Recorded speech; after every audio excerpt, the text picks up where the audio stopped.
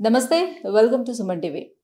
మడమ నొప్పులు చాలామంది స్త్రీలు ఎక్కువగా ఈ ప్రాబ్లమ్ మాకుంది అని కంప్లెయింట్ చేస్తూ ఉంటారు. పొద్దున్న లేచిన వెంటనే అసలు కాలు కింద పెట్టలేకపోతున్నాం. మళ్ళీ కాసేపటి తర్వాత కొంత దూరం నడిచిన తర్వాత మళ్ళీ నార్మల్ అవుతుందని చెప్తూ ఉంటారు. సో, ఎందుకు అసల ఈ హీల్ పెయిన్ అనేది వస్తూ ఉంటుంది? ఎలాంటి వారిలో మనం చూస్తూ ఉంటాము? సో, మనం వేసుకునేటువంటి చెప్పులు ఏ రకంగా ఉండాలి? సో, ఎటువంటి సర్ఫేస్ మీద మనం నడుస్తూ ఉండాలి? సో, ఏ రకంగా దాన్ని కంట్రోల్ చేసుకోగలుగుతాము? సో, మనకి పెయిన్ మేనేజ్‌మెంట్‌లోని ఎటువంటి ట్రీట్మెంట్ దీనికి అందుబాటులో ఉంది? సో, ఈ విషయాలన్నీ గూడా వివరించేందుకు మనతో పాటు ఉన్నారు doctor Sudhakar garu from EPN pain management from LB Nagar. Hello doctor. Sir, మడమ నొప్పులు.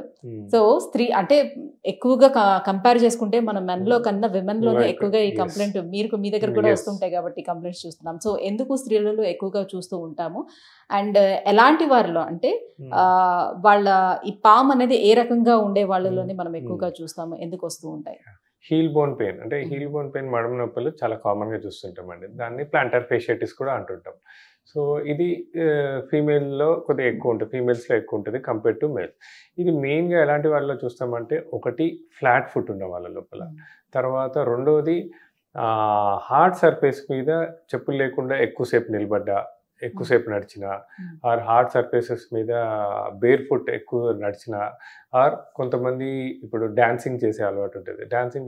డాన్స్ చేస్తున్నప్పుడు బేర్ ఫుట్లో డాన్స్ చేయడము, హార్డ్ సర్ఫేస్ మీద డాన్స్ చేయడము. సో ఇలాంటి రీజన్స్ తోటి ఆర్ ఎనీ రీజన్స్ తోటి micro trauma to the heel bone, అంటే హీల్ బోన్ కింద ఒక ఫైబ్రో కార్టిలేజిన్ స్ట్రక్చర్ ఉంటుంది. అది మన హీల్ ఆర్చ్ మెయింటైన్ చేస్తుంది. సో దానికి చిన్న చిన్న మైక్రో ట్రామా అవడం వల్ల అక్కడ కమిలిపోవడము, అక్కడ వాపులు రావడము. ఇంకొక మెటబాలిక్ కండిషన్స్లో తీసుకుంటే థైరాయిడ్, హైపోథైరాయిడ్ పేషెంట్స్లో ఇది కొద్దిగా కామన్గా చూస్తుంటాం. అంటే వెయిట్ పెరగడం వల్ల, హైపోథైరాయిడ్లో వెయిట్ పెరగడము, హైపోథైరాయిడ్లో మెటబాలిక్ డిజీజెస్ వల్ల ఆ హీల్ బోన్ దగ్గర ప్లాంటర్ ఫేషియా కమిలిపోవడము. సో వీళ్ళలో ఇది కామన్గా చూస్తుంటాం. సో ఒకటి ఏంటంటే flat foot, hypothyroid conditions, bare ఫుట్గా ఎస్పెషల్లీ లేడీస్లో మనం చూసినట్టయితే పొద్దున్న లేచినప్పటి నుంచి సాయంత్రం వరకు ఇంట్లో పనులు. సో ఇంట్లో జనరల్గా కామన్గా చెప్పులు వేసుకోవడం అలవాటు ఉండదు. సో పొద్దున్న లేచినప్పటి రాత్రి వరకు కంటిన్యూస్గా నిలబడి పని చేస్తూ ఉంటుంటారు. వెదర్ రెగ్యులర్ కోర్స్ లోపల మోస్ట్ ఆఫ్ ద టైం నిలబడి పని చేస్తుంటారు కాబట్టి, హార్డ్ సర్ఫేస్ మీద అటు ఇటు నడుస్తుంటారు కాబట్టి, ప్లస్ ఇంకోటి వెయిట్ ఒకటి ప్రాపర్గా మెయింటైన్ చేయనప్పుడు ఈ బోన్ ప్లాంటర్ ఫేషియా కమిలిపోవడము, దానివల్ల కంటిన్యూస్గా పెయిన్ ఉంటుంది. అండ్ ఇంతకుముందు మీరు చెప్పినట్టు వాళ్ళ మెయిన్ సిమ్టమ్ ఏంటంటే, రాత్రి పడుకొని పొద్దున్న లేచినప్పుడు ఫస్ట్ స్టెప్ చాలా కష్టం ఉంటుందని చెప్తారు. అది ఒక 4-5 స్టెప్స్ వేసి కొంతసేపటి తర్వాత స్లోగా రిలీవ్ అవుతుంది. ఇంకోటి చాలాసేపు కూర్చొని లేచినప్పుడు కూడా ఈ సిమ్టమ్ కంప్లైంట్ చేస్తుంటారు. సో చాలాసేపు కూర్చొని లేచినప్పుడు కూడా చాలా ప్రాబ్లం అనిపిస్తుంది అని చెప్తుంటారు. అండ్ వింటర్ సీజన్లో కూడా ఎక్కువ అనిపిస్తుంటారు. సో ఎలాంటి ఫుట్ వేర్ యూజ్ చేయడం వల్ల కూడా ఈ ప్రాబ్లం ఫేస్ చేస్తాం?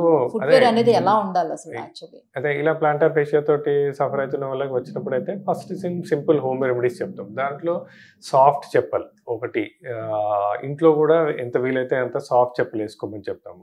ప్లస్ ఇవాళ రేపు మనకి ఆన్లైన్లో సిలికాన్ సోల్స్ దొరుకుతాయి. సో మన సిలికాన్ సోల్స్ తీసుకొని మనము స్లిప్ ఆన్స్ ఉంటాయి కాబట్టి ఎలాంటి షూస్లో అయినా ఆ సిలికాన్ సోల్స్ పెట్టుకొని నడవమని చెప్తాము. అంటే ఇది ఈ మధ్యలో ఈ గ్యాప్ అనేది ఉండాలి అంటే మధ్యలో హీల్ ఆర్చ్ మెయింటైన్ అవ్వాలి. ఫ్లాట్ ఫిట్ ఉందనుకోండి అది ఎక్కువ డ్యామేజ్ అయ్యే ఛాన్స్ ఉంటుంది. సో ఆర్చ్ మెయింటైన్ చేయడానికి ప్రాపర్ షూస్ కానీ, చెప్పులు కానీ, సిలికాన్ సోల్స్ కానీ, హై హీల్స్ అవాయిడ్ చేయమని చెప్తాం. ఎందుకంటే హై హీల్స్లో మళ్ళీ ఆ హీల్ బోన్ దగ్గర ప్లాంటర్ ఫేషియా కమిలిపోయే ఛాన్స్ ఎక్కువ ఉంటుంది. సో హై హీల్స్ అవాయిడ్ చేయటము. So as for as possible ఇంట్లో కూడా స్లిప్పర్స్ వాడుకోమని చెప్తాం. సో సాఫ్ట్ చెప్పులు, సిలికాన్ సోల్స్ ఇలాంటి చెప్పులు వాటర్ తోటి కొద్దిగా దాని మీద ప్రెషర్ తగ్గుతుంది. And at the end of the day again weight management. ఎప్పుడైతే వెయిట్ తగ్గుతుందో హీల్ మీద కూడా ప్రెషర్ తగ్గుతుంది. ప్రెషర్ తగ్గినప్పుడు అది రికవర్ అయ్యే ఛాన్స్ ఎక్కువ ఉంటుంది. సో వెరాజ్ ఇప్పుడు దీనికి సర్జరీకి వెళ్ళాలంటే ఇది కాలుకి సంబంధించిన విషయం కాబట్టి సో ఆఫ్టర్ సర్జరీ తర్వాత ఎంతవరకు మనకి మళ్ళీ ఆ మూమెంట్స్ అనేది కరెక్ట్గా ఉంటుంది ఏంటి అనేది భయం కూడా చాలా మందికి ఉంటుంది.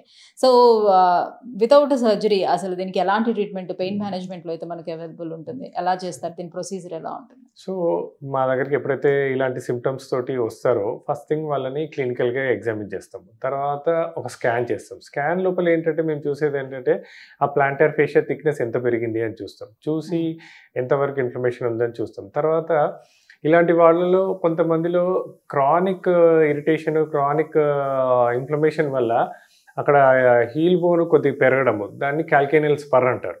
సో సర్జికల్గా ఆ క్యాల్కేనియల్ స్పర్ ఎక్సిషన్ అని అంటారు. కానీ అది సర్జరీ వరకు వెళ్ళకుండా దీన్ని ఏం చేయొచ్చు అంటే మాలాంటి పెయిన్ మేనేజ్మెంట్ సెంటర్స్లో under image guidance first local anaesthetic with anti inflammatory ఇస్తాము. సో దాంతో ఏంటంటే ఆ ఇన్ఫ్లమేషన్ తగ్గడము, అక్కడ కమిలిపోవడము, ఆ వాపులన్నీ తగ్గుతాయి. దాని తర్వాత ప్లాస్మా థెరపీ. ఇప్పుడు పేషెంట్ ఓన్ బ్లడ్ తీసుకొని ప్లేట్లెట్ రిచ్ ప్లాస్మాని సపరేట్ చేసి అది ఇమేజ్ గైడెన్స్ తోటి అక్కడ ఇంజెక్ట్ చేయడం వల్ల ఆ వాపులు తగ్గుతాయి. ఆ మైక్రో ట్రామా వల్ల డ్యామేజ్ అయిన ప్లాంటర్ ఫేషియా మళ్ళీ రీజనరేట్ అవుతుంది. అండ్ దెన్ ఆ క్యాల్కేలియన్ స్పర్ వల్ల వచ్చిన ఇన్ఫ్లమేషన్ కూడా కంప్లీట్గా తగ్గుతుంది. So surgery should be the last option. Surgery అనేది వెరీ రేర్గా అవసరం పడుతుంది. సర్జరీ లేకుండా దీన్ని ఇంజెక్షన్ పద్ధతుల ద్వారా ఒక దీర్ఘకాలిక ప్లాస్మా థెరపీ కూడా ఎట్లా సార్, ఒక్కసారి ఇస్తే సరిపోతుందా? జనరల్గా ప్లాస్మా థెరపీ ఒక 2 సిట్టింగ్స్ అవసరం పడుతుంది. జనరల్లీ 1 or 2 సిట్టింగ్స్ తోటి దీనికి బాగా దీర్ఘకాలిక పరిష్కారం ఇవ్వచ్చు. అంటే ప్లాస్మా థెరపీ చేయడము, ప్లాస్మా థెరపీ చేశాక వాళ్ళకి స్ట్రెచింగ్ ఎక్సర్సైజెస్ ఎలా చేసుకోవాలి, తర్వాత వెయిట్ మేనేజ్మెంట్ ఎలా చేసుకోవాలి, అండ్ ఇంతకుముందు చెప్పినట్టు ప్రాపర్ షూస్, ఎర్గోనామిక్స్ అవన్నీ మెయింటైన్ చేసుకుంటే ప్లాంటర్ ఫేషియా రికవర్ అవుతుంది. అండ్ దెన్ సర్జరీ లేకుండా we can manage it. Okay okay.